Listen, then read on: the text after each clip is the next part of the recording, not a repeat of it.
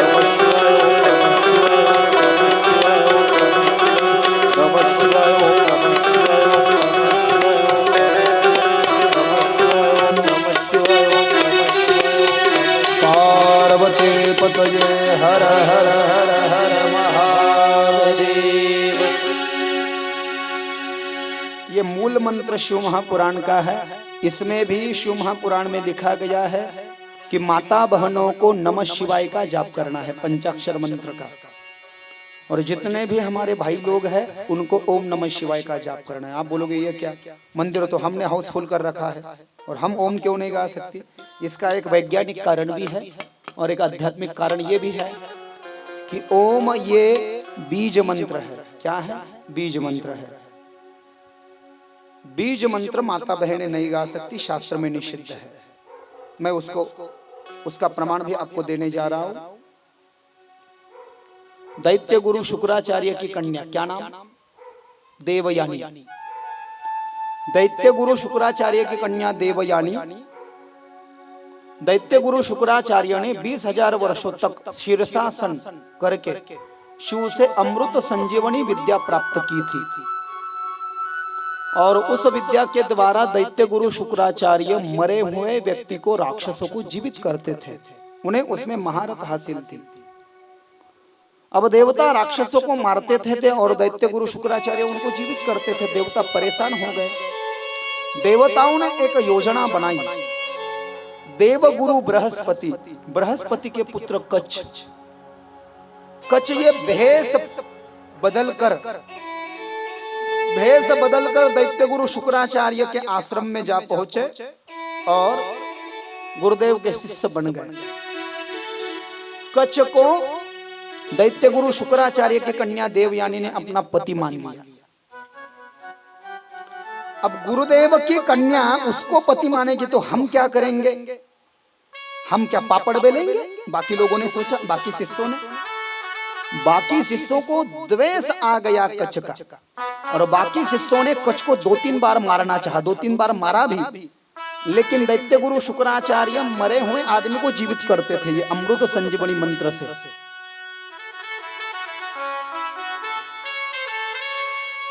पहले उसमें महामृत्युंजय मंत्र गाया जाता है और बाद में संजीवनी पंच प्रणव लगा करके ओम त्र्यंबकम ओम। सभी बीज मंत्रों का राजा है।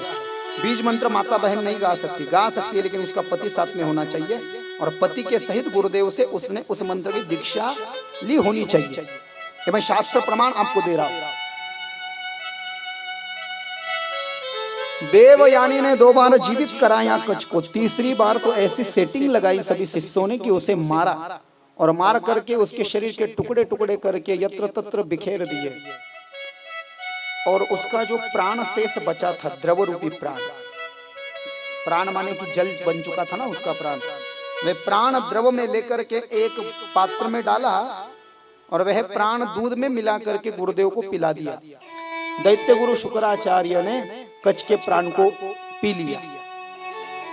देवयानी रोने लग गई, कच्छ घर पर नहीं आए। क्यों रोती है बेटा? और तेरे मन में क्या अभिलाषा थी? मेरे मन में यही अभिलाषा थी कि मैं कच्छ से विवाह करूं और हम दोनों विवाह करेंगे, आपकी सेवा में यही रहेंगे। लेकिन अब कैसे शक्य है? वो तो मेरी उदर में जा चुका है और बेटा मुझे माफ करना, मैं उसे नहीं बचा सकता। क्यों? क्योंकि उसको यदि बचाना है तो मुझे मरना पड़ेगा और मैं यदि मर गया तो मुझे कौन जीवित करेगा? पिताजी मैं आपको जीवित करूंगी, ये कदापि नहीं शक्य हो सकता बेटा। क्यों? क्योंकि मेरी जो अमृत संजीवनी विद्या है, मैंने बहुत कठिनाइयों से 20,000 वर्षों तक मैंने साधना की थी शिव की शीर्षासन में। 20,000 वर्ष नीचे मुंडी और ऊपर पैर, शीर्षासन। और ये मंत्र स्त्रियों को देना निषिद्ध है, दिया नहीं जा सकता। मैंने यदि इस मंत्र को तुझे दे दिया तो फिर मंत्र निष्फल हो जाएगा, हम राक्षसों को जीवित नहीं कर पाएंगे। नहीं, मुझे चाहिए वो मंत्र। आप यदि नहीं दोगे तो आप सोच लो, आपको मंत्र ज्यादा प्रिय है या बेटी के प्राण ज्यादा प्रिय है? इमोशनल अत्याचार कर दिया देवयानी ने शुक्राचार्य पर। हालत से मजबूर हो गए। उन्होंने न चाहते हुए भी देवयानी के कान में उस मंत्र का दोष हो गया, उनको नहीं देना चाहिए था, लेकिन कन्या को वह मंत्र दे दिया कान में। देवयानी ने उस मंत्र को ग्रहण किया और दैत्य गुरु शुक्राचार्य ने अपने आप को खंजीर मार लिया और उनके उदर में जो कच्छ जा चुका था उसको निकालकर देवयानी ने उस द्रव पे उस कच्छ को, उसके प्राण को हाथ लगा करके उसे भी जीवित किया। वो तो जीवित हो गया, उसे मंत्र मिल गया, देवयानी को भी मंत्र मिल गया। कच्छ को लगा मेरा काम हो गया, कच्छ जाने लगे वापिस। तो कच का पाव पकड़ लिया। देवयानी ने कहा मुझे भी साथ में लेकर के चलो। किस रिश्ते से? मैं तुम्हारी पत्नी बनना चाहती हूँ। ये गलत है, तू मेरे गुरुदेव की कन्या है और गुरुदेव की कन्या ये बहन होती है। मैं यदि तुझसे विवाह करूँ तो सभी लोग मुझ पर कीचड़ उछालेंगे, हंसेंगे। नहीं, अरे तू 3 बार मर गया, तीसरी बार तो तू मेरे पिता की कोख में चला गया। तुझे कोई जीवित नहीं करने वाला था, वो तो मैं थी कि तू जीवित खड़ा है। मेरे पिता ने ये नियम मोड़ करके ये मंत्र मुझे दिया है जो नहीं देना चाहिए था, और तू नहीं बोल रहा है मुझे ले जा वरना मैं तुझे श्राप दूंगी। नहीं ले जाऊंगा। तो तूने जो अमृत संजीवनी मंत्र प्राप्त किया है वो तुझे निष्फल हो जाएगा, तुझे नहीं मिलेगा। उसने भी श्राप दिया कि तेरा भी विवाह किसी ब्रह्मवृंद के साथ नहीं होगा। इसलिए देवयानी का विवाह भागवत में ययाति से हुआ था, क्षत्रिय से। और कच ने कहा ये मंत्र निष्फल हो जाएगा। देवयानी को मंत्र दिया, कच भी चला गया। और तब से दैत्य गुरु शुक्राचार्य उस मंत्र से किसी को जीवित नहीं कर पाए, पहले कर पाते थे। ये दुष्प्रभाव है, ये आध्यात्मिक कारण है। ओम ये बीज मंत्र है। ऐम ह्रीम क्लीम चामुंडायै विच्चे, ये सब बीज मंत्र है। और इन बीज मंत्रों का राजा ओम है। ये माता बहनें नहीं गा सकती। क्यों? क्योंकि बीज मंत्र की दीक्षा लेने के लिए शास्त्र कहता है उपनयन संस्कार होना आवश्यक है। और उपनयन संस्कार माता बहनों के लिए वर्जित है। 4 दिन की अड़चन होती है उनकी। उपनयन संस्कार में जब मौंजी बंधन मुंजी लग जाए तो एक दिन भी संध्या छूटनी नहीं चाहिए, गायत्री मंत्र छूटनी नहीं चाहिए। सूतक में भी कुछ विशिष्ट प्रक्रिया तक संध्या की जाती है बिना माला को हाथ लगाए। और माता बहनों में तो 4 दिन का दोष होता है। उनका अंतिम, उनका तो यही नहीं है ना, विधान ही नहीं है। कोई गलत अर्थ नहीं लेना इसका। इसलिए तो माता बहनें कथा नहीं कर सकती, कीर्तन नहीं कर सकती। वो तो कर रही है, वो अलग बात है, लेकिन कर नहीं सकती। शास्त्र कहता है, कोई विरोध नहीं है। माता बहनें व्यासों को जन्म दिया करती थी, खुद व्यास नहीं बनती थी। याज्ञवल्क्य की पत्नी मैत्रेयी, गार्गी, मीराबाई और कौन, जनाबाई, सखुबाई, कहां पर कीर्तन करने का उल्लेख है? देखिए ना, कीर्तन तो संत ज्ञानेश्वर महाराज ने किया, वो तो संत नामदेव महाराज ने किया, वो तो संत एकनाथ महाराज ने किया ना, वो तो जगतगुरु संत तुकाराम महाराज ने किया ना, वो तो देवर्षि नारद ने किया ना, वो तो शुकाचार्य ने किया ना। प्रहलाद स्थालधारी तरल गति तया चौधवक कांस्यधारी विनाधारी सुरर्षिर स्वर कुशल तया राग कर्तार्जुन अभुत इंद्रो वाजिन मृदंगम जय जय शुक्रा कीर्तने ते कुमार यत्राग्रे भाव वक्ता सब सरचनया व्यास पुत्रो बभूव ननत मध्यैतमेव तत्रम भक्तादिकानां नटवस्तु तेजसम अलौकिकम कीर्तनमेत दीक्षम हरि प्रसन्नोपि वचनो ब्रवीत। अध्याय नंबर 6 श्लोक नंबर 86 श्रीमद् भागवत महात्म्य। शुकाचार्य कीर्तन करते हैं। मृदंग बजाने के लिए इंद्र है, प्रहलाद ताल बजाने के लिए है, उद्धव झांझ बजाने के लिए है, विनयकरी देवर्षि नारद है, और गायन जो करना पड़ता है वो देवर्षि नारद है। जय जयकार करने में सनकादि कुमार है, ब्रह्मदेव के मानस पुत्र सनक सनंदन सनातन सनत कुमार। मंत्र निष्फल हो गया जिसको बड़ी कठिनाइयों से पाया था। ये तो आध्यात्मिक कारण हो गया। माता बहिणी कीर्तन कथा का करू शकत नाही? माझा राग आला तरी चालेल, मी नाही सांगत, हे वृंदावनचे सगळेच महाराज सांगतात, अगोदर त्यांचं ऐका। मी तर आहे तिकडे महाराष्ट्रात। लोग तो कहते महाराज जी आप महाराष्ट्र में 1 नंबर है। मैंने बोला मैं तो हूँ ही आपकी कृपा आशीर्वाद से, इसमें कोई दोहराए संदेह नहीं है। लेकिन आगे सबको पता भी चल जाएगा कि महाराष्ट्र में भी कोई है वक्ता। बड़ा नुकसान हो रहा है महाराष्ट्र में। बाहर के लोग आ रहे हैं, लूट के ले जा रहे हैं। हमारे लोगों को भी इस बात का नहीं पता चल रहा है कि क्या करना चाहिए, कहाँ जाना चाहिए, कहाँ देना चाहिए। आप दे इसलिए मैं नहीं कह रहा हूं, ये कथा आपके लिए है। आप यदि करोगे, आप इसमें कुछ डोनेट करोगे तो कथा हर साल होती रहेगी। और आप यदि कोऑपरेट नहीं करोगे तो फिर बंद हो जाएगा। फिर कैसे होने वाला है? तो लोगों को जो है ना, बाहर का आकर्षण ज्यादा हो चुका है। गलत भी क्यों ना हो, लेकिन बड़ा दिख गया तो लोग भागते चलते हैं। हमारा क्या फायदा होने वाला है और क्या नुकसान होने वाला है, इसके बारे में सोचने वाला कोई नहीं रहा। कोई है क्या संसार में जो संत ज्ञानेश्वर महाराज की एक पंक्ति की बराबरी कर सके, जो संत तुकाराम महाराज के एक अभंग की बराबरी कर सके? डॉक्टर न्यायाचार्य नामदेव महाराज शास्त्रींनी सांगितलं की ज्ञानेश्वर महाराज आणि तुकाराम महाराजांची ही श्रेष्ठ भूमी असताना हे महाराष्ट्राचं किती दुर्दैव आहे की महाराष्ट्रामध्ये बाहेर राज्यातले अज्ञानी संत निर्यात करावं लागतात। अज्ञानी ज्ञानी आ जाए मोरारी बापू, तो मोरारी बापू जैसे कोई ज्ञानी नहीं, वो तो हमारे गुरुदेव है। मोरारी बापू तो देहू में आए ना, देहू में अभी फरवरी महीने में, तो सुंदर ध्यान मानस अभंग, इस अभंग पर वो 9 दिन बोले। ऐसे विद्वान है तो हम नमन करेंगे। लेकिन जिसको कुछ नहीं आता, शिव महापुराण का कोई श्लोक नहीं है, कोई अध्याय नहीं है, इसमें कितने श्लोक हैं, शंकर का प्राकट्य कैसे भैया, क्यों मूर्ति की पूजा नहीं की जाती है, क्यों शिवलिंग की पूजा की जाती है, कौन सा कपड़ा पहन करके जाना है, किस समय, अरे क्या है ये? वो कहते हैं ना, दुनिया झुकती है, दुनिया झुकाने वाला चाहिए। और जब नुकसान हो जाता है तो तब लोग म्हणतात बाबा गेले आणि दशमे गेले।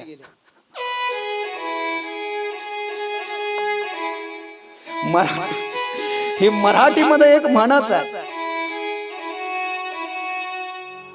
जो नहीं किया जाता वो हम जरूर आपको कहेंगे, क्योंकि हमको वृंदावन में डिग्री मिली है शास्त्री। मैं नहीं बोलने वाला था लेकिन जिक्र आ गया तो बोलता हूँ। डॉक्यूमेंटल नाम हमारा विनोद है, लेकिन ये कृष्ण शास्त्री क्या है? पूज्य गुरुदेव गोस्वामी मृदुल कृष्ण जी महाराज, गोस्वामी गौरव कृष्ण जी महाराज, जो वृंदावन में 7 वर्ष सीखता है उसको कृष्ण दिया जाता है नाम। हमारे नाम के सामने कृष्ण, और शास्त्री माने कि 6 शास्त्र जो है ना, 6 शास्त्र है, न्याय शास्त्र, योग शास्त्र, पातंजल शास्त्र, व्याकरण शास्त्र, मीमांसा शास्त्र, ऐसे 6 शास्त्र, और योग शास्त्र, ऐसे 6 शास्त्र है।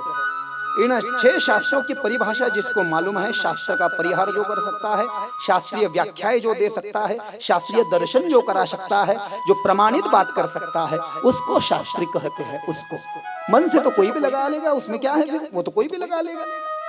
विनोद कृष्ण शास्त्री, ऐसे बहुत सारे, नामदेव शास्त्री, गोस्वामी मृदुल कृष्ण शास्त्री, भागवत भास्कर कृष्णचंद्र शास्त्री ठाकुर जी, जिन्होंने पूरे ग्रंथों को कंठस्थ कर लिया है। लेकिन unfortunately we don't know real spiritual orator to you know today, it's an real condition, it's an unfortune to us. ये तो हमारा दुर्दैव ही कहना पड़ेगा कि जो अवास्तविक ज्ञानी है उन लोगों के बारे में हमको नहीं पता है। जो शास्त्रीय दर्शन कराते हैं, जो वास्तविक कल्याण का मार्ग हमको दिखाएंगे, उन लोगों का हमको गलत लग रहा है। और ये जो उपाय है, बहुत सारे उपाय ऐसे भी हो जाता है कि अतिरेक हो जाता है। अतिरेक क्या हो जाता है, क्या अतिरेक हो जाता है? तबीयत खराब हो गई, ज्यादा गोलियां खा रहे हो, डॉक्टर का सजेशन नहीं ले रहे हो, और मेडिकल में जाकर के कम पैसे में गोलियां ला रहे हो, तो वो जो है एंटीबायोटिक का डोज यदि ज्यादा हो गया तो शरीर खराब हो जाएगा और किडनी पर उसका असर हो जाएगा गलत। वैसे सिर्फ उपाय ही किए जा रहे हो, उपाय ही किए जा रहे हो। कोई बोल रहा है, आप कर रहे हो, आप जांच पड़ताल भी नहीं कर रहे हो कि ग्रंथों में मौजूद है या दर्ज नहीं है। आप ये भी नहीं समझ पा रहे हो कि बाकी के महाराज लोग तो नहीं कह रहे, कोई 1-2 ही महाराज है जो कि कह रहे, बाकी उनके पहले जो है अभी जो ज्ञानी वो तो नहीं कह रहे इस बात को, और लोग समझ भी नहीं पा रहे हैं। बस करो, बस दौड़ो, बस चलो, बस हाउस, अरे क्या ये भोलेनाथ क्या चाहते को, क्या कोई उस भोलेनाथ को पूछा आपने कि आप क्या चाहते हो भोलेनाथ? अरे हमारे चाहने से क्या होता है, लेकिन भगवान क्या चाहते हैं? अंतरीची घेतो गोडी पाहे जोडी भावाची, देव सोयरा देव सोयरा देव सोयरा दिनाचा, आपल्या सवय भवे शृंगारावे निर्मळे, और तुका म्हणे जेवी सवे प्रेम द्यावे प्रीतीचे। 5 नंबर 1 अभंग नंबर 5। मेरे आगे पार्थिव शिवलिंग के बारे में कहा गया है। कहा इस संसार में 5 प्रकार के लिंग पाए जाते हैं। बंध से मुक्त होना है और मोक्ष को पाना है तो शिवलिंग की पूजा सर्वतोपरि है, लेकिन नियमों के साथ।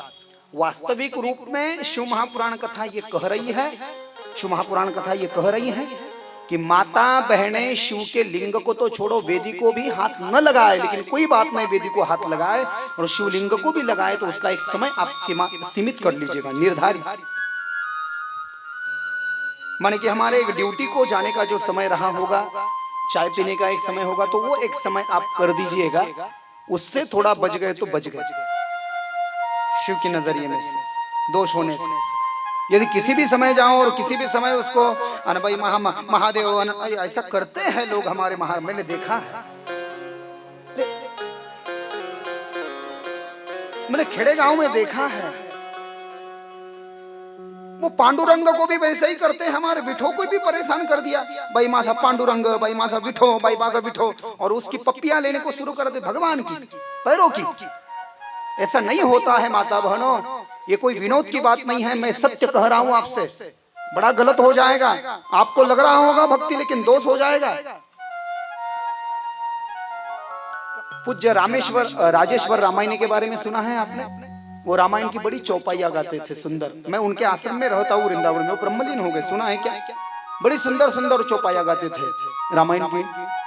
ओ सीताराम चरित अति पावन, मधुर सरस अरु अति मन भावन, पुनि पुनि कीर्तन हो सुनि सुनाई, हिय के प्यास बुझत न बुझाई। राम सिया राम जय जय राम, राम सिया राम जय जय राम। ये रामायण की चौपाइयां गाते थे वो। मुरारी बापू भी उनको सुनते थे, ब्रह्मलीन हो गए। उनके द्वारा बना हुआ वो आश्रम है जोशी काकू, मैं आपको कभी ले जाऊंगा। अभी अक्टूबर हम वृंदावन जाने वाले हैं। हम यात्रा कंपनी वाले नहीं, लेकिन बहुत सारे लोगों का कहना है महाराज जी आपकी कथा सुनेंगे वृंदावन में। 2019 से हम नहीं गए हैं, तो अक्टूबर में प्लान बन रहा है। अभी जो आना चाहते हैं वो संपर्क करें। वृंदावन में किसी चैनल से लाइव टेलीकास्ट करेंगे, संस्कृति संतवाणी जो भी हो। तो वो वृंदावन में जो मैं जहां पर रहा हूँ 7 साल, गीता विनाशी आश्रम, उनके द्वारा बना है। अब तो वो नहीं रहे, वो ब्रह्मलीन। खैर उनकी टीवी पर कथा आती थी, जो बड़ी सुंदर चौपाइयां गाते थे वो, ऐसे 101। ये चौपाई, राम की चौपाई बड़ी विशिष्टपूर्ण चौपाई है। ये चौपाई का अर्थ बड़ा सुंदर है मराठी में। पुनि पुनि कीर्तन हो सुनी सुनाई, मराठी मध्ये ऐकाल का? पुन्हा किती वेळ सायकल आणि ऐकवल आम्हाला, तरी पण आमची तान संपतच नाही। रस से भरा कोई वक्ता हो तो बारंबार। संतवाणी टीवी चैनल पर क्षीरसागर परिवार ने कथा की, पूरी दुनिया ने वो कथा देखी। पिछले वर्ष 19 फरवरी से 26 फरवरी यही से अभी भी कर रहे हैं। मंदिर में भी सुनी, मैं कितने भी बार आऊं आप सुनने के लिए। चलो कम हो अच्छे हो, मेरे लिए बस यही कम है। अभी सौभाग्य है आपका, हम रूबरू हो पा रहे हैं एक दूसरे से। आप आओगे, मेरे चरण स्पर्श भी हो जाएंगे। क्या कहे, आगे कोई बढ़ गए जाता तो फिर मिल भी ना पाए, क्या कर सकते हैं उसमें। लेकिन लोग इस बात को नहीं समझ पा रहे हैं। दर्शन नहीं मिल रहा है तो लोग धूप में बैठ रहे हैं, और अभी मिल रहा है तो फिर लोग पश्चाताप भी करने लगेंगे कि महाराज आपल्याकडे येऊन गेले ना, आपल्याला कळालं नाही। मग लोग पश्चाताप करतात। भैया जो मिला है ना उसको अपना समझो, और खरे सिक्के को पहचानना सीखो जरा। खोटा सिक्का खरा होने में देर नहीं लगती, वैसे ही खोटा सिक्का भी खरा होने में देर नहीं लगती। वो दृष्टांत कहाँ करते थे, ये जो भीड़ है ना झूठ मूठ के, तो वो कहाँ करते थे, वो दृष्टांत कहाँ करते थे। कहा क्या हुआ कि एक आदमी था, ब्रह्मलीन पूज्य गुरुदेव राजेश्वर रामायणी कहा करते थे, एक आदमी था और मानो जैसे तैसे भी गिरकर बोलना या कैसे, उसकी नाक कट गई। उस आदमी की नाक कट गई, ये चला गया उसका। अब नाक कट गई तो लोग उसे हंसने लगे, मजाक करने लगे उसका। अरे भैया तेरा नाक कट गया, तेरा नाक कट गया, हाँ? और नाक से नकटा हो गया तू, तेरा नाक कट गया ना। अब उसे लगा जहां तहां मैं जाऊं तो सब लोग मुझे चिढ़ाएंगे, अब तो लोगों की सेटिंग ही लगाना पड़ेगा मुझे। और वो भी ऐसी वैसी रिस्टोर फैक्ट्री सेटिंग नहीं, डिफॉल्ट लगाऊंगा मैं। जो मोबाइल में ऑप्शन होता है ना, एक मोबाइल में डिफॉल्ट फैक्ट्री सेटिंग, उसको कुछ नहीं कर सकते छेड़खानी। हाँ रिस्टोर कर सकते हो आप, मैं सेटिंग लगा देता हूँ अब लोगों की। कैसे? तो उसने कहा क्या आप जानते हो क्या मेरी नाक कैसे कटी जानते हो? मैं भगवान को पाने के लिए गया था, तो भगवान ने कहा यदि मैं तुझे चाहिए हूँ, वो भक्त कहता है जिसकी नाक कट गई ना, वो कह रहा है यदि मैं तुझे चाहिए हूँ तो तू मुझे क्या दे सकता है? मैंने कहा मैं जान दे सकता हूँ। भगवान ने बोला जान तो बहुत दूर की बात है, पहले नाक काट कर दे दे तो मैं समझूंगा कि तू मेरा अच्छे 1 लोटा जल चढ़ाने वाला है। तुम क्या चाहते हो भगवान? मैं तो जान दे सकता हूँ, जान मत दे, जान रहने दे, ये नाक काट के दे दे। तो उस भक्त ने अपनी नाक काट के दे दी। उस भक्त ने नाक काट के दे दी तो इस तरह से दे दी थी उसने। भगवान ने उसके हालांकि नहीं मांगा, लेकिन उसने ये झूठ कहानी बनाई, झूठ मूठ की, कि मेरी नाक कैसे कट गई। अब उसको पता गिर कर कट गई या बीबी ने काट, क्या उसको पता। लेकिन दूसरे लोग उसको छुड़ा रहे थे ना, उसको लगा मेरे जैसे 2-4 बन जाए तो फिर मैं बड़े आराम से रहूंगा। एक मुझे अकेले को बड़ा तकलीफ हो रहा है ना, ये नाक कटी हुई नाक लेकर के चलने को। उसने कहा क्या जानते हो क्या what is an principle to achieve for God? भगवान को कैसे पाया जाता है? ये ऐसे पाया जाता है। भगवान को पाना है तो भगवान मेरे सामने आए थे और भगवान ने बोला मुझे क्या देगा? मैंने बोला जान दूंगा, जान दूंगा। भगवान ने बोला जान रहने दे, नाक काट के दे दे। हाँ, नाक काटने से भगवान के दर्शन होते हैं। हाँ सही ना? मेरी शादी नहीं हुई है, शादी के पहले काट दूं? हाँ काट दे, मिल जाएंगे भगवान। हाँ, जिसकी कट गई थी उसने दूसरे की कटवाई, भगवान नहीं मिले। कहां पर मिलने वाले हैं? ये एक कलयुग है। दूसरे ने बोला क्या हो गया? हम दोनों भगवान के पास गए थे। भगवान ने बोला क्या दोगे? हमने बोला जान देंगे। भगवान बोले जान रहने दे, नाक काट के दे दो। हमने दोनों ने नाक काट के दी, भगवान का दर्शन किया। ऐसा नाक काटने से भगवान मिलते हैं। 3 से 10, 10 से 100, 100 से 1000, 1000 से 25,000, सब नकटे और नकटों की सेना। जब ये 25,000 हो गए, बात की और ध्यान देना, ये राजेश्वर रामायणी जी का दृष्टांत है, मैं मन से नहीं बोल रहा हूँ। अक्सर जहां पर ज्यादा भीड़ होती है वो भाड़ में ही जाते हैं। तुकाराम महाराज भी कह रहे हैं be serious, take it serious. 25,000 जब हो गए ना, ये सब लोगों ने बोला अरे बाप रे, नाक कटवाने से भी भगवान नहीं मिल रहा है। ऐसे से भगवान नहीं मिलेंगे, लेकिन शूर्पणखा जरूर मिल जाएगी, क्योंकि लखन जी ने शूर्पणखा का नाक काटा था ना और कान काटा था ना। भगवान तो मिलने से रहे, लेकिन शूर्पणखा जरूर मिल जाएगी। और जब सबको पता चला 25,000 ये हो गए, सबके ये नाग जो है ना, नाक के सबके टोक कटे हुए, तो इनको पता चल गया अरे ये सब झूठ मूठ की बातें हैं, अरे कोई भगवान नहीं, अरे हम सब एक नकटे के नाद में लग करके हम सब नकटे और नकटों की सेना हो गए हैं। बस ज्यादा भीड़ मत बढ़न दो, यदि ज्यादा भीड़ बढ़ेगी तो हम भी भाड़ में ही जाएंगे इन नकटों के जैसा। ऐसा राजेश्वर रामायणी दृष्टांत कहा करते थे। आप यूट्यूब पर जाकर के देखना, ये सिद्धांत इसका यह रहेगा, इस दृष्टांत का। यदि हम वक्त पर नहीं संभले और हमको शास्त्र की पूर्ण बात में पति चली, और यदि हम सत्य का मार्ग नहीं पकड़ेंगे तो हम कर रहे हैं वास्तविक रूप में, हम उसको भक्ति समझ रहे हैं, लेकिन वो भक्ति नहीं होगी। क्योंकि शिव महापुराण में तो कहा है शिव के शिवलिंग को बिना स्नान के तो स्पर्श ही नहीं करे, और विशेष रूप से माता बहनें तो नहीं ही नहीं। अब कर भी लो तो स्नान करके कोई बात नहीं, लेकिन शिवलिंग को मैं आपको विनती करता हूँ आप हाथ न लगाई कीजिएगा, और लगाना है तो फिर स्नान करके जाना। बहुत सारे लोग भस्म सूखा लगा देते हैं। सूखा भस्म लगाने से दारिद्र्य की प्राप्ति होती है, गरुड़ पुराण में लिखा है। कभी भी भगवान को सूखा तिलक नहीं लगाना चाहिए। घर पर कोई संत महात्मा योगी जपी तभी सन्यासी आ जाए, मैं क्यों कहता हूँ गीला करके लगाओ? क्योंकि जब मृत्यु हो जाती है किसी की, तो मृत्यु के उपरांत ही सूखी रोली चंदन डाला जाता है उस व्यक्ति को स्मशान पहुंचाने से पहले। इसलिए शिव को भी गीला भस्म लगाया जाता है। उसके मंत्र आया है ऋग्वेद में, मानस तो के तनये मान, अयो मानु गोशु मानु, अश्वेशुरी रीश, विराण मानो रुद्रभामि तो बदिरह विश्वत सदा मित्वा हवामहे, इति हस्ते भस्मं गृहीत्वं जलमीशितं कृत्वा। और फिर शिव को भस्म लगाना चाहिए गीला करके। ओम सर्व विद्यानाम ईश्वरम, सर को भस्म लगाए। आगे भस्म की महिमा तो आएगी। पार्थिव शिवलिंग की बड़ी महिमा गाई गई है शिव महापुराण में। कहा 5 प्रकार के शिवलिंग पाए जाते हैं इस भारत में। सबसे पहले स्वयंभू लिंग जो जमीन से ऊपर निकल आए हैं।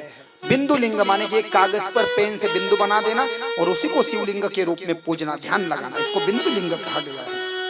स्थित लिंग जैसे आपने स्थित किया है, आपने नर्मदा जाकर के ओमकारेश्वर जाके दर्शन करके शिवलिंग को पाया है, और यहाँ पर पशुपतिनाथ जी की स्थापना हुई है, इसको कहते हैं स्थित लिंग। आपने भक्तों के लिए स्थित किया है। चर लिंग जो पानी में बहते बहते आ गया है, और गुरु लिंग जो गुरुदेव ने हमको दिया है। पार्थिव शिवलिंग की बड़ी महिमा गाई गई है। अलग अलग युगों में अलग अलग लिंगों की पूजा की जाती थी। क्या किया जाता था?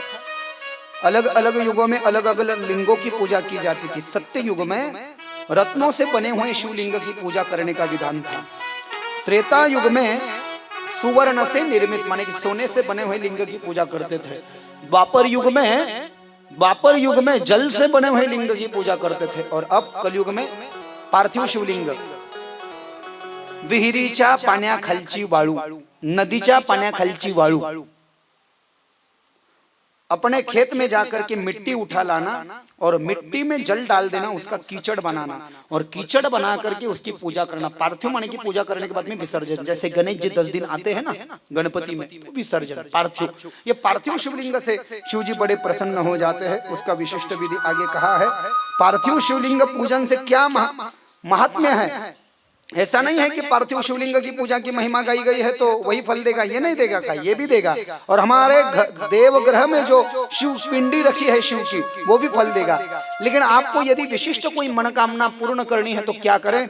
कहा कोई विद्यार्थी है और विद्यार्थी कोई कॉम्पिटिटिव एग्जाम्स दे रहे हैं, 1-1, 2-2 मार्क्स के उनका नहीं हो पा रहा है, तो ऐसे लोग पढ़ाई के साथ में क्या करें। ऐसे लोग क्या करें पढ़ाई के साथ में 1000 बालू के शिवलिंग बनाए और 1000 बालू के शिवलिंग की पूजा करें। विद्यार्थी लोग एमपीएससी यूपीएससी में दिक्कत जो आ रही होगी, पढ़ाई चालू है लेकिन दिक्कत समस्या आ रही है, तो ऐसे विद्यार्थी लोग 1000 पार्थिव शिवलिंगों की पूजा करें, ऐसा लिखा है। जिनको पुत्र प्राप्ति की इच्छा है, पुत्र नहीं हो रहा है, लाली हो गई है लेकिन लाला नहीं हो रहा है, तो 1500 शिवलिंग की पूजा करें। 1500 1500 पार्थिव शिवलिंग की पूजा करें। वस्त्र की इच्छा है, ब्रांड कपड़ा पहनना चाहते हैं ना आप, 1 मन आदमी 10 मन कपड़ा, बहुत अच्छा कपड़ा पहनना चाहते हो तो 2000 शिवलिंगों की पूजा करें। मोक्ष की इच्छा जिसको है वो 1 करोड़ शिवलिंग की पूजा करे। जिनको पृथ्वी की इच्छा है वो 1000 शिवलिंग की पूजा करे। जिनके मन में दया भाव आ जाए ऐसा लग रहा है वो 3000 शिवलिंगों की पूजा करे। और जिनको तीर्थ यात्रा जाने की इच्छा है, 12 ज्योतिर्लिंगों की यात्रा करना चाहते हैं, नेपाल में पशुपतिनाथ का दर्शन करना चाहते हैं और कैलाश मानसरोवर जाना चाहते हैं, ऐसे लोग क्या करें 3000 बालू के शिवलिंग बनाए। यदि आपकी इच्छा है तो कंपलसरी नहीं है, ऑप्शनल पेपर है, ये कंपलसरी पेपर नहीं है। आपकी यदि इच्छा है तो कहा मित्र की जिसको इच्छा है वे 3000 शिवलिंग की पूजा करे। और धनवान बनना है, धनवान पैसा यदि चाहिए और दारिद्र्य का नाश करना है तो 5000 शिवलिंगों की पूजा करनी चाहिए। इसका बहुत बड़ा विधि विधान है। ये नहीं भी हो पाए तो चिंता मत कीजिएगा। कहा एक काम कीजिएगा, आपके देवग्रह में जो एक शिवलिंग है, देवग्रह में म्हणजे तुमच्या देवघरामध्ये शिवलिंगाचं म्हणजे मराठीमध्ये जी एक शिवपिंड आहे त्याची जरी तुम्ही पूजा केली म्हटले तरी ते तुमचा दारिद्र्य नाश करणारा आहे आणि सर्व मनोकामना तुम्हाला पूर्ण करून देणारा आहे, यामध्ये कुठल्याच प्रकारची शंका नाही आहे। पुढे शिव नैवेद्य आणि बिल्व महिमा। अब 4 चीजें महत्वपूर्ण है आज की सेशन में, वो करेंगे और आरती के क्रम में कल की सूचना में आपको दूंगा।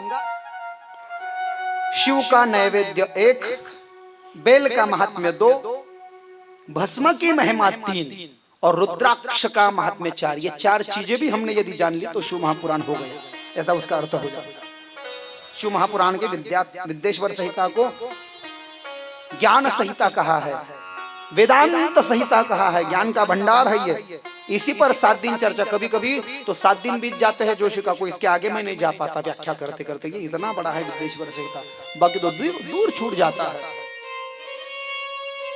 आगे कहा शिव का नैवेद्य खाना चाहिए या नहीं। बहुत सारे लोगों को पता है कि नहीं खाना चाहिए, महाराष्ट्र में ऐसा है। अब देखिए शिव महापुराण क्या कह रहा है। ऋषय उवाच अगराह्यं शिव नैवेद्यमिति पुरवं श्रुतं वचः ब्रूहि तन्निर्णयं बिल्व महात्म्यामपि सन्मुने। सांगितलं शंकराचा नैवेद्य खावा की नाही, तर महाराष्ट्रात असं माहिती आहे, एक गैरसमज आहे मला वाटतं की शंकराचा नैवेद्य खाऊ नये असं म्हणतात। बरोबर आहे ना? तुम्हाला हेच माहिती आहे ना का खावा असं माहिती आहे? कोणती पद्धत माहिती आहे? नैवेद्य खावा ही पद्धत माहिती आहे का नाही खावा हा पद्धत माहिती आहे? नाही खावा है माहिती है ना? हाँ ऐका शिव का नैवेद्य खाया भी जा सकता है और नहीं भी खाया जा सकता है।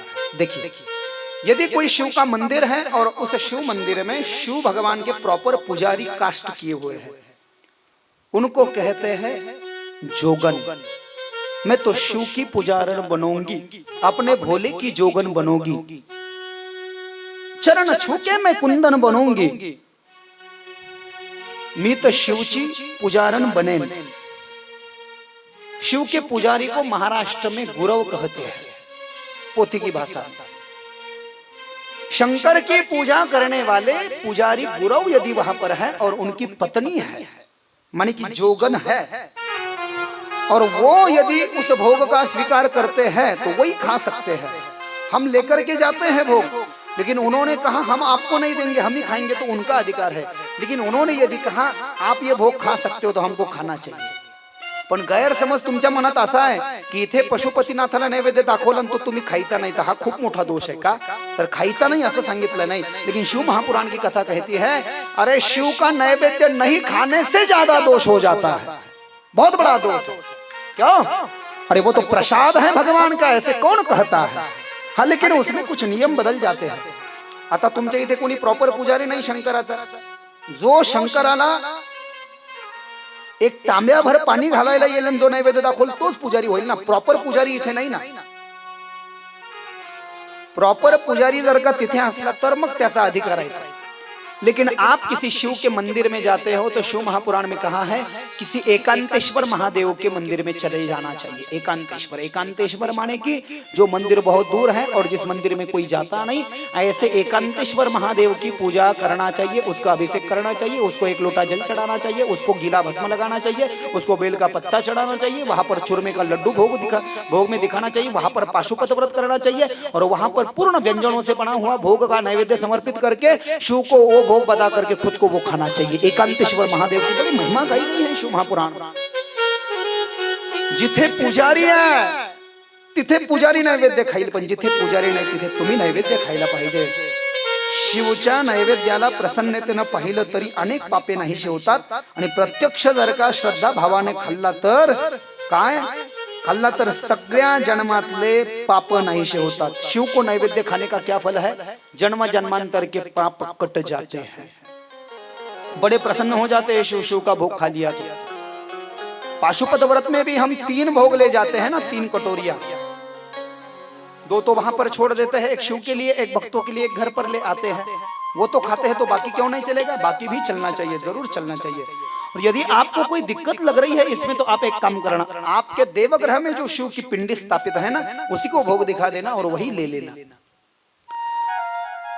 मैं बात और बार बार कह रहा हूं, लेकिन किसी मंदिर में जाकर के यदि पुजारी है गुरव तो फिर वो भोग गुरव को जाना चाहिए। तो आप एक काम करना, 2 भोग लेकर के चले जाना, ऐसा कर सकते हैं।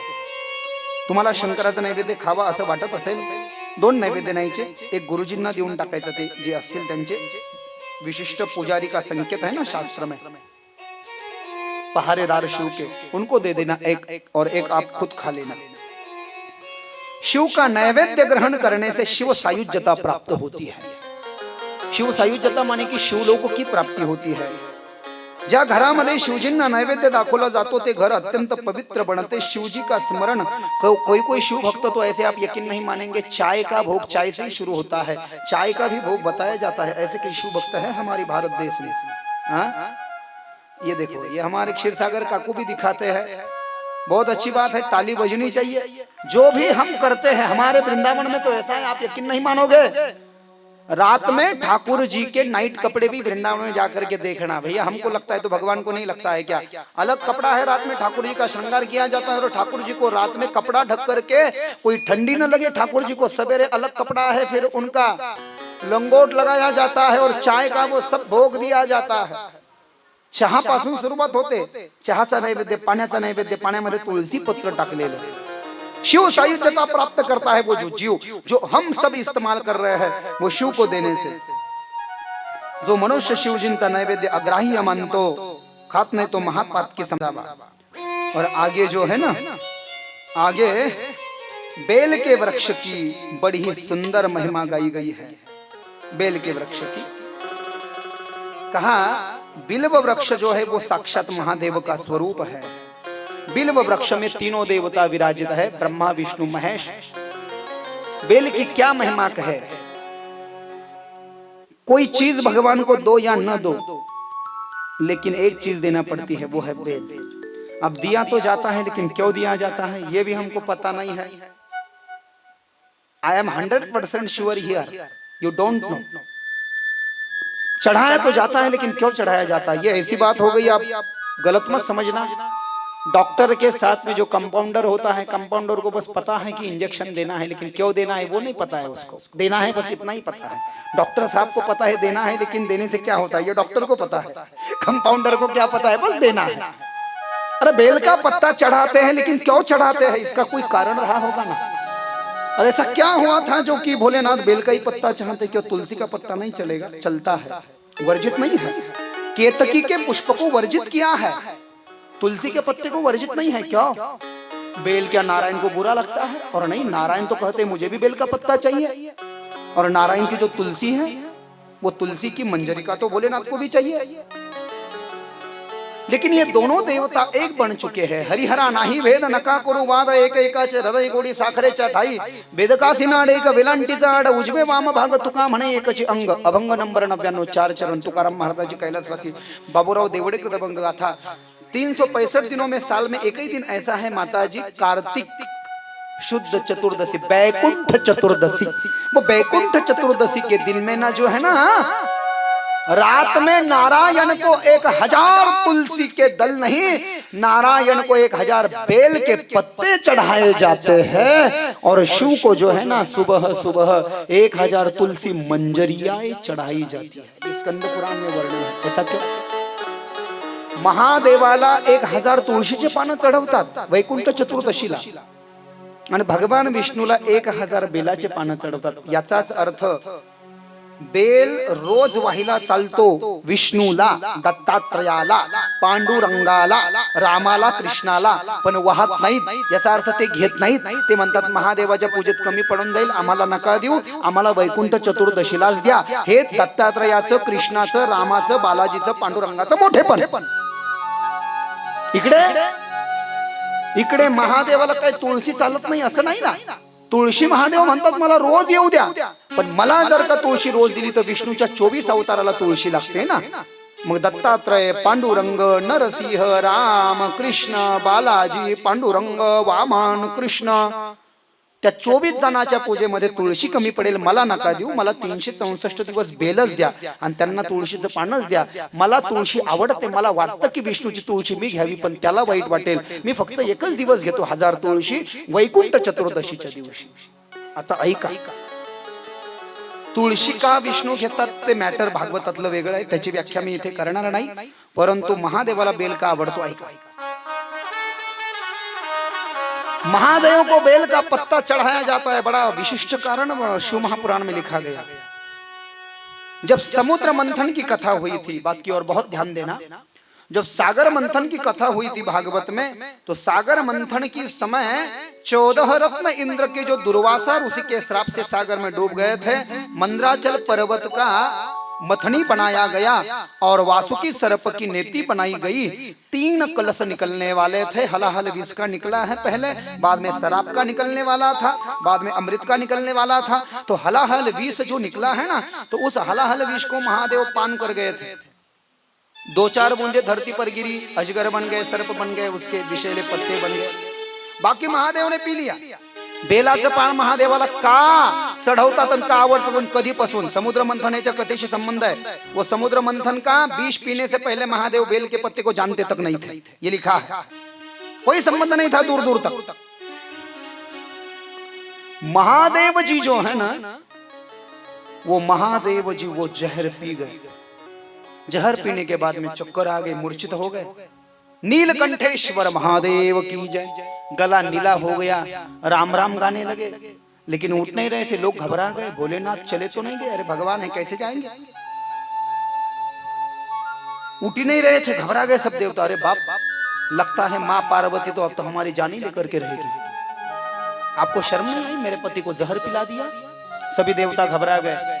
योगा योग से सागर की तट पर एक बेल का वृक्ष लगा था, जो मेरे ऊपर लगा है, देखिएगा, बेल का वृक्ष है ना। महादेव बेल को नहीं जानते थे कुलकर्णी आज जी, वो मूर्छित होकर के गिर गए। पार्वती तो हमारी जान ही ले लेगी कि मेरा पति नहीं उठ रहा, और आप तो अमृत पीना चाहते हो, मेरे पति को जहर पिला दिया। पार्वती मैया आने से पहले महादेव को उठाना पड़ेगा। ब्रह्मा जी ने 2-4 वैद्यों को जमा किया, क्या करना चाहिए? लगता है वो जो वृक्ष है ना बेल का, लगता है बड़ा ही सात्विक है। वो बेल के वृक्ष में 3 गुण विद्यमान है, सत्वगुण, रजोगुण, तमोगुण। और बेल में जो है ना एंटी ऑक्सीडेंट्स कैलिबर्स मौजूद है। मुझे तो लगता है ये बेल के वृक्ष के कुछ पत्ते तोड़ करके पीसना चाहिए और पीस करके भोलेनाथ के मुख में डालना चाहिए। उड़ गए तो उड़ गए। बेल क्यों चढ़ाया जाता है? बेल को नहीं जानते थे भोलेनाथ।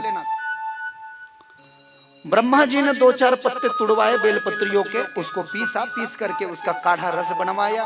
और भोलेनाथ जो विष पी करके जो मूर्छित हो गए थे, तो मूर्छित होने के बाद तत्क्षण उठ करके खड़े हो गए।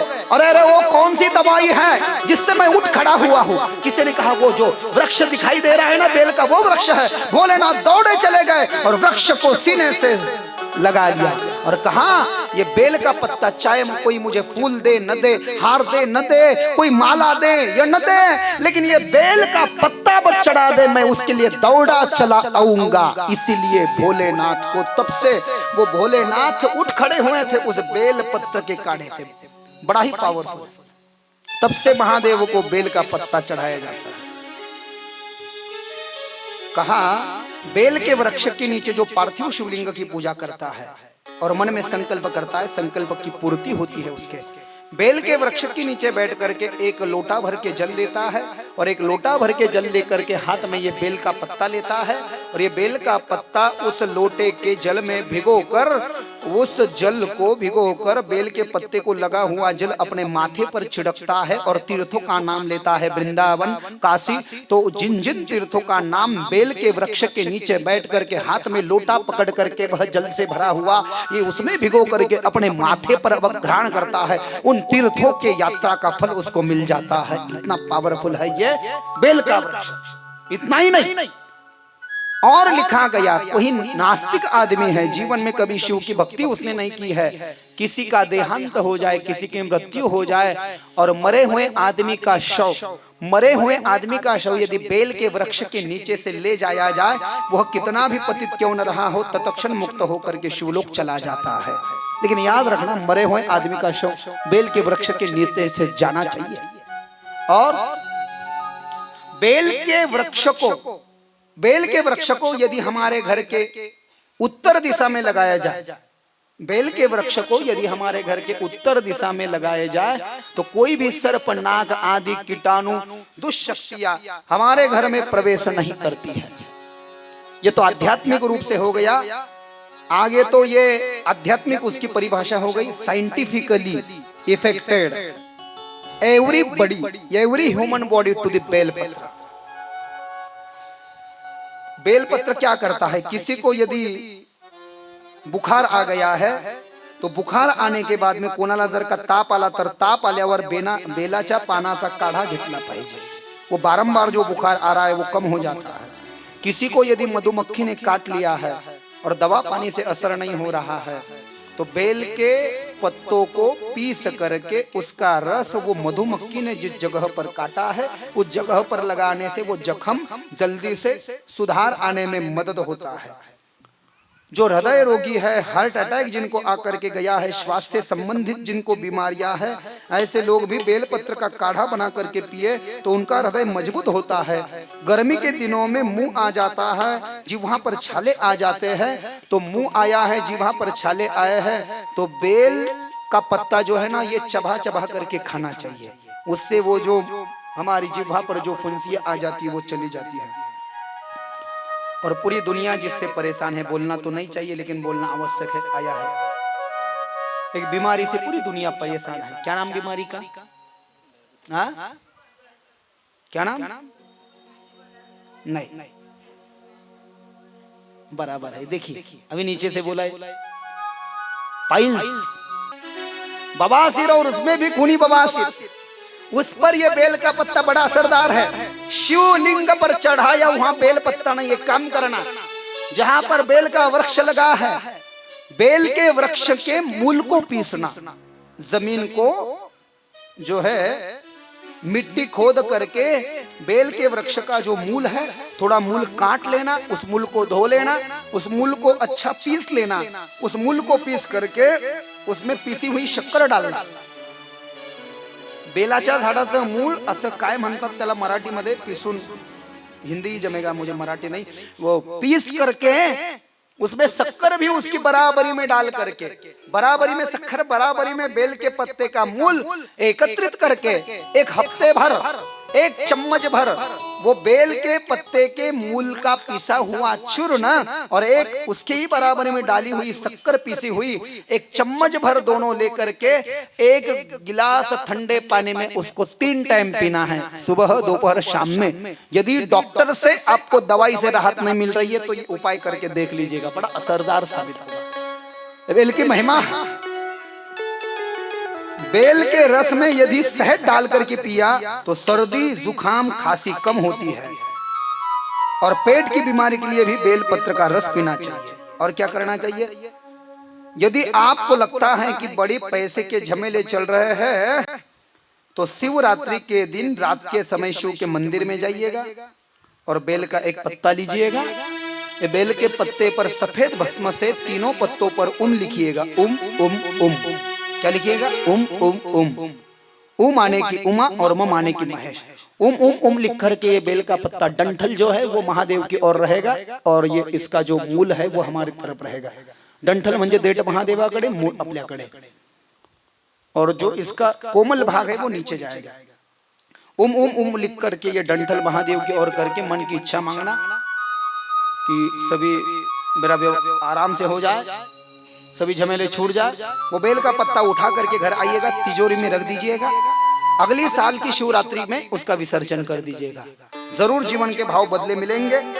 संतति प्राप्ति के लिए कोई हमारी माता बहन है और उसको लाला नहीं हो रहा है, सब ट्रीटमेंट चालू है, तो शिव महापुराण की कथा कह रही है, वो माता 11 सोमवार के दिन, 11 सोमवार सुबह स्नान करके सफेद वस्त्र धारण कर, भस्म आदि तिलक कर, रुद्राक्ष की माला पहन करके शिव के पास चली जाए। उत्तर की ओर मुख कर ले, दक्षिण की ओर पीठ कर ले, एक बड़ा गंगाल ले ले, गंगाळाचं भांड घ्यावं तांब्याचं, उस गंगाल में गाय का शुद्ध दूध डाल दे और गाय के शुद्ध दूध में उस माता की उम्र जितनी है, 25 रही होगी तो 25 बेल के पत्ते और 30 रही होगी तो 30 बेल के पत्ते, उतने बेल के पत्ते लेकर के ओम महादेवाय नमः इस मंत्र से महादेव को समर्पित करे। हर बेल का पत्ता चढ़ाते वक्त मन की इच्छा मांगे, जरूर भोलेनाथ उस इच्छा को भी पूरी करते हैं पुत्र प्राप्ति के लिए। और आगे कोई पुलिस स्टेशन झमेला, कोर्ट कचहरी चल रही है तो एक काम करना, कोर्ट में जाने से पहले एक पीढ़े पर चावल ले लेना और चावल में बेल का पत्ता रख देना और तुलसी रामायण की राम स्तुति जो है ना, राम स्तुति का पाठ करना। सुना है क्या राम स्तुति?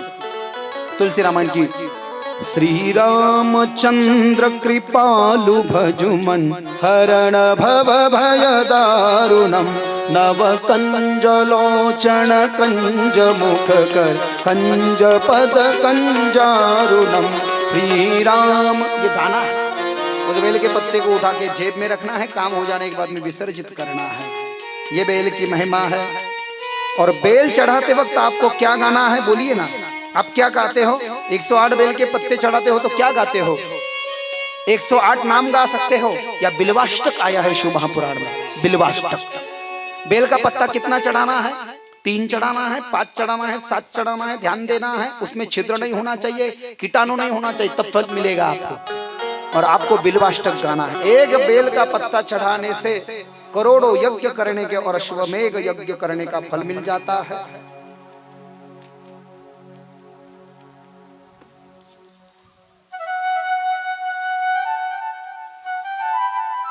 ये बिल्वाष्टक है, इसको गाना चाहिए या 108 नामों को गाना चाहिए।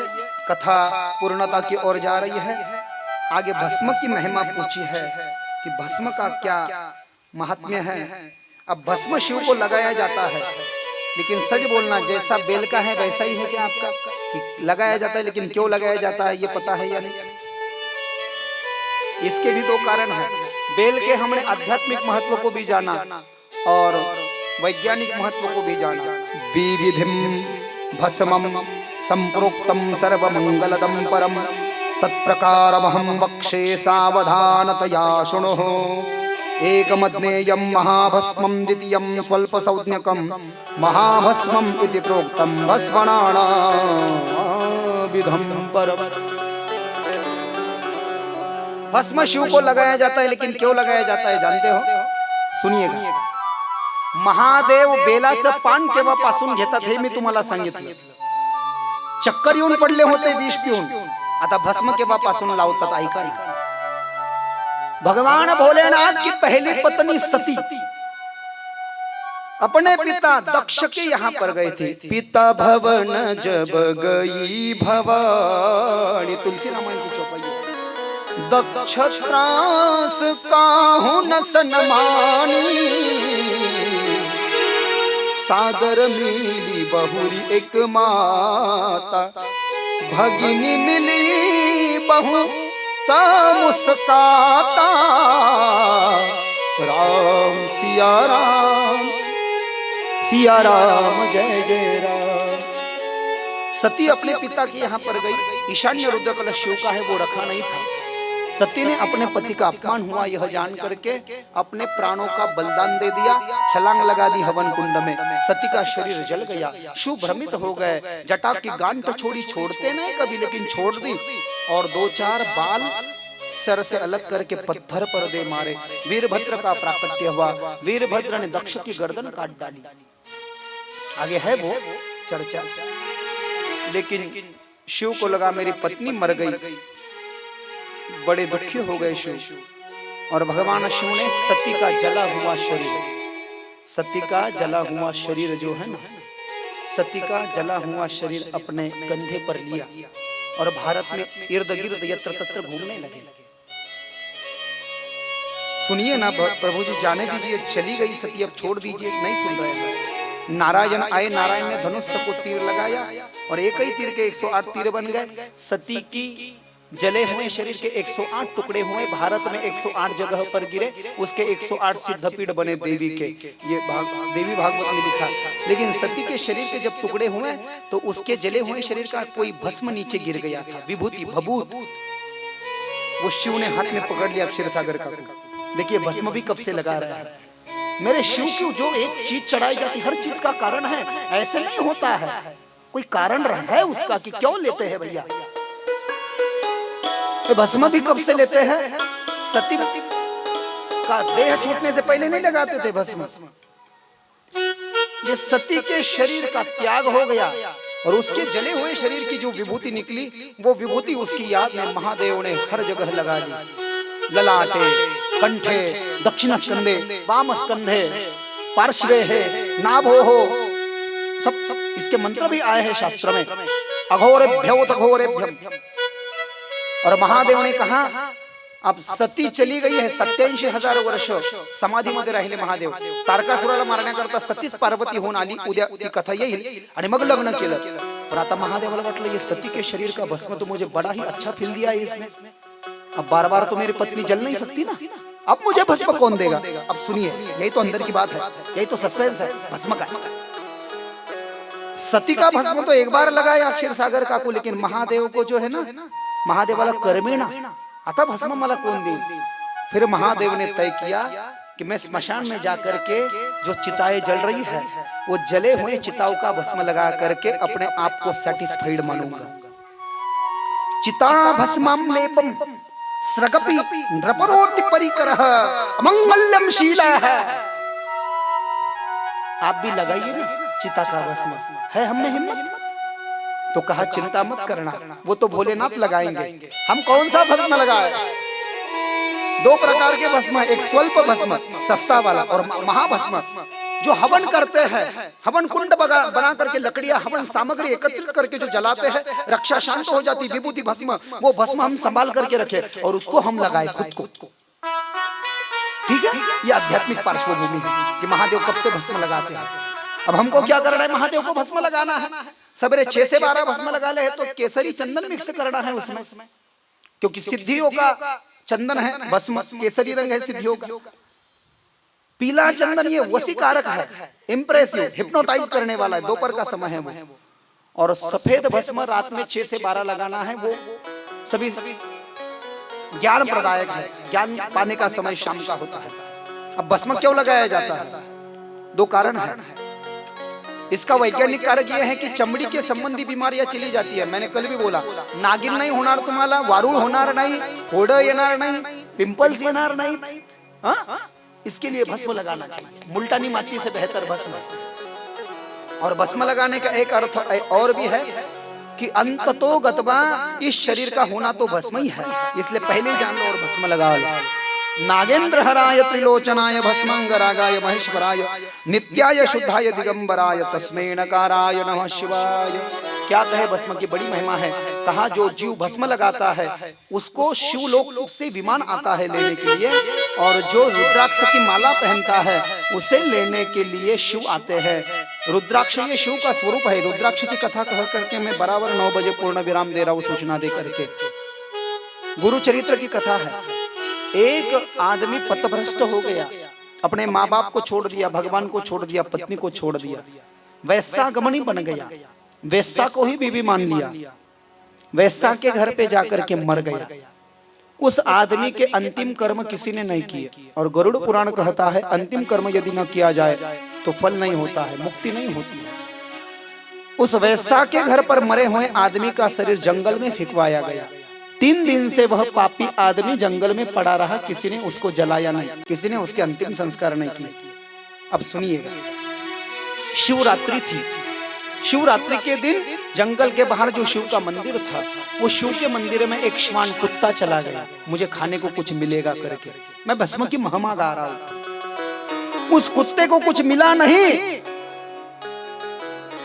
लोगों ने कुत्ते को देखा, बड़ा गुस्सा आ गया लोगों को। लोगों ने हाथ में लाठियां ली और लाठियां लेकर के कुत्ते के पीछे भागने लगे, दौड़ने लगे। कुत्ता अपनी जान बचाने के लिए भागा भागा, दौड़ा दौड़ा, तो भागते भागते दौड़ते दौड़ते शिव के मंदिर में आगे एक हवन कुंड था। 2-3 दिन पूर्व हवन हो चुका था और हवन की लकड़ियां जल करके उसकी रक्षा विभूति भस्म बन चुका था। वो कुत्ता भागते भागते उस हवन कुंड में जा गिरा और उस कुत्ते के उस श्वान के सर्वांग को भस्म लग गया, विभूति लग गई, महादेव की पवित्र विभूति। वो श्वान कुत्ता बाहर निकल आया, उसे लगा मुझे फलाहार नहीं मिला, चलो मैं कुछ जंगल में जाकर के जो नहीं खाना चाहिए वो खा के आता हूँ। अब श्वान पथक बड़े सुवास लेने में बड़े माहिर होते हैं। मरे हुए आदमी का सुवास पहचाना और वो जो मरा हुआ लावारिस आदमी पड़ा था उसे खाने की इच्छा से जिस श्वान के सर्वांग को भस्म लगा है, वह भस्म लगा हुआ श्वान उस व्यक्ति के शरीर पे जाकर के बैठा। क्या चमत्कार हुआ, उस कुत्ते की पेट का लगा हुआ भस्म उस मरे हुए व्यक्ति के माथे को लग गया। जाने वाला था यमलोक लेकिन चला गया शिवलोक, उसे शिवलोक से लेने के लिए विमान आ गया। ये भस्म की महिमा, यही भस्म की। इसलिए तो भस्म लगाते हुए इन 3 उंगलियों से इसका इस्तेमाल नाही करना है। कोरडं भस्म महादेवाला लावायचं नाही, दोष लागेल। भस्म ओलं करायचं। सकाळी पांढऱ्या भस्मामध्ये 10% केशरी चंदन टाका 6 ते 12 मध्ये, दुपारी 12 ते 6 भस्म लावत असाल तर त्यामध्ये पिवळं चंदन टाका, रात्री पांढरं भस्म लावा। या 3 बोटांना स्वतःला भस्म लावा, या भोळेपासून या भोळेपर्यंत जाता कामा नाही। आणि महादेवाला लावताना असं नाही, महादेवाला लावताना असं हो, ऐसा लिखा है। खुद को ऐसे तो महादेव को ऐसे, ठीक है। ये शिव की पिंडी है ना, खुद को ऐसे होगा तो महादेव को ऐसे तो नहीं कर सकते, उल्टा हो जाएगा ना। वामांग में पार्वती है ना, महादेवाला पण डावीकडून उजवीकडे भस्म पाहिजे आहे। शिव महापुराणात लिहिलं डावीकडे पार्वती है, म्हणून ये ऐसा हमारा जो ऐसा है तो इसको बस ऐसे कर देना है, ऐसे। ये पिंडस्थ पितरा, इस उंगली का इस्तेमाल नहीं करना। और गीला भस्म लगाना, ज्या 3 रेषा ज्या भस्माच्या आपण, हे त्रिपुंड है, ये त्रिपुंड लगाते वक्त 2 उंगलियों का इस्तेमाल करें। और 3 रेखाएं लगा रहे हो तो ये 3, हे त्रिपुंड है। आणि नुसते 3 रेषा म्हणजे हे 3 बोट, एका एका रेषेवर 9 देवता आहेत असं सांगितलंय। और भस्म लगाने के बाद में जब सूख जाएगा तो इसका फल ये मिलेगा आपको कि आपने आपके माथे पर जितने भी भस्म लगा रखा है और जो सूखने के बाद में जितने कण बाहर निकलेंगे उतने शिवलिंग आपने धारण किए हैं, ऐसा उसका अर्थ होता है। बोलिए भस्मेश्वर महादेव की जय। आखिर में रुद्राक्ष की महिमा है और आज की कथा को पूर्ण विराम दे रहे हैं। शौनकर्षे महाप्रज्ञम शिव रूप महामते शृणु रुद्राक्ष महात्म्यम समासत कथा कथयाम्यहम्। भगवान शंकर साधना रत्ते कई दिनों के बाद में साधना से उठे तो लीलावश भगवान शंकर ने आंखें खोली। रुद्राक्ष की जन्म की कथा है। भगवान शंकर की आंखों से जो अश्रु धाराएं धरती पर आ गिरी, विशेष रूप से आंध्र प्रदेश, नेपाल, कर्नाटक, इन जगहों पर, हिमाचल प्रदेश में, वहां पर भगवान शंकर की अश्रु धाराओं से 14 प्रकार के रुद्राक्षों के वृक्ष बने, एक मुखी से लेकर के 14 मुखी। कितने? एक मुखी से लेकर के 14 मुखी। और उसके 4 रंग थे, सफेद रंग, लाल रंग, पीला रंग और काला रंग। सफेद रंग के रुद्राक्ष ब्राह्मण लोग पहने, लाल रंग के रुद्राक्ष आप और हम क्षत्रिय लोग पहने, पीले रंग के रुद्राक्ष माहेश्वरी, मारवाड़ी, जैन लोग पहने, और काले रंग के रुद्राक्ष अन्य सारे लोग पहने। एक मुखी से 14 मुखी रुद्राक्ष है। अब मुझे एक कारण आप बताइए, रुद्राक्ष की परीक्षा कैसे करोगे? जो रुद्राक्ष बाल्टी में जल भर के जो पानी में डाला जाएगा और जो डूब जाएगा वो असली है, या जो तैर जाएगा वो असली है? आपकी क्या परिभाषा है? हाँ? आप क्या कह रहे हो माता बहनों? हाँ? बराबर है। एक बार बराबर कहा काकू ने, एक बार जरा ताली सेवा होनी चाहिए। जो रुद्राक्ष खाली जाऊन बसेल पाण्यात, ग्लास मध्ये म्हणा, कळशीत म्हणा, मग्यात, तो खरा आहे. आणि जो तरंगेल तो डुप्लिकेट आहे. पण डुप्लिकेट आणि खरा कळतोच कोणाला म्हणा. 3000 ची माळ आली तर डुप्लिकेट येऊ शकतं. कशाचं सर्टिफिकेट आणि कशाचं लॅब सर्टिफिकेट नाही, सिद्ध करावं लागतं त्याला. ओम नमः शिवायचा जप करून 1000 माल करो, 1000 बार आप जाप करोगे तो बड़ा सिद्ध हो जाएगा वो. अब रुद्राक्ष क्या है? रुद्राक्षाची माळ घालणारा सांगितलं, इकडे रुद्राक्ष 30 लावावे बाहूंना, इथे 10, इथे 10, कानामध्ये 12, इथे 38 आणि गळ्यामध्ये 108. जो रुद्राक्ष की माला पहनता है वो शिव बन जाता है, और जो भस्म लगाता है वो शिवलोक का अधिकारी बन जाता है. अब रुद्राक्ष में है क्या? रुद्राक्ष में इलेक्ट्रोमैग्नेटिक पावर है. साइंटिफिकली उष्णता कम करता है रुद्राक्ष, और बड़ी बड़ी बीमारियों पर असरदार है. कैसे? किसी माता बहन को प्रेगनेंसी में बड़ी दिक्कतें आ रही है तो वो माता बहन क्या करे जानते हो? एखाद्या बहिणीला, एखाद्या आईला, एखाद्या ताईला वारंवार प्रेग्नेन्सी मध्ये प्रॉब्लेम येत आहेत, अशा ताईनं प्रेग्नेन्सी कळाल्यापासून 3ऱ्या महिन्यापासून 7व्या महिन्यापर्यंत 4 मुखी रुद्राक्ष धारण करावा. 8व्या महिन्यात तो रुद्राक्ष काढून ठेवावा. वो प्रेग्नेंसी बड़ी अच्छी से हो जाती है, ऐसा लिखा है. 4 मुखी. कॉन्फिडेंस लेवल कम है किसी में, आत्मबल नहीं है, तो वो 9 मुखी रुद्राक्ष पहने. और राशि के हिसाब से कौन सा व्यक्ति कौन सा रुद्राक्ष पहने लिखा है. मेष राशि के व्यक्ति जो है वो 3 मुखी रुद्राक्ष पहने. वृषभ राशि के लोग 6 मुखी और 10 मुखी रुद्राक्ष पहने. मिथुन राशि के लोग 4 मुखी या 11 मुखी रुद्राक्ष पहने. कर्क राशि के लोग 4 मुखी या गौरी शंकर रुद्राक्ष पहने. सिंह राशि के लोग 5 मुखी रुद्राक्ष धारण करें, वो धन संपत्ति बढ़ाने में मदद करता है. कन्या राशि के लोग गौरी शंकर रुद्राक्ष धारण करें. तुला राशि के लोग 7 मुखी और गणेश रुद्राक्ष धारण करें. वृश्चिक राशि के लोग 8 मुखी और 13 मुखी रुद्राक्ष धारण करें. धनु राशि के लोग 9 मुखी या 1 मुखी रुद्राक्ष धारण करें. मकर राशि के लोग 10 मुखी और 13 मुखी रुद्राक्ष धारण करें. कुंभ राशि के लोग 7 मुखी रुद्राक्ष धारण करें, और मीन राशि के लोग 1 मुखी रुद्राक्ष धारण करें.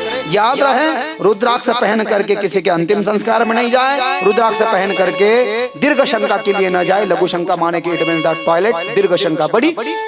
रुद्राक्ष पहन करके लघु शंका न जाए, ये निकाल करके रखिएगा.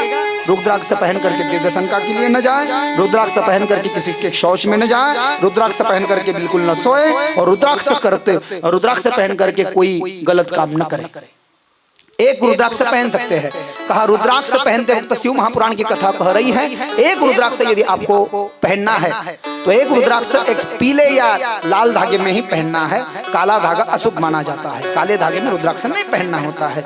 तो रुद्राक्ष आपको लाल धागे में या पीले, एक रुद्राक्ष आप रख सकते हैं कभी भी, एवरीबडी एनीबडी. लेकिन माला जो है तो माला के नियम बदल जाएंगे. आज की कथा यहाँ पर विश्राम लेती है. विद्येश्वर संहिता को पूर्ण विराम है. कल की कथा 6 से 9 रहेगी. मैं सूचना दे रहा हूँ, और उसके बाद में आरती का क्रम होगा. पार्वते पतये हर हर हर महादेव की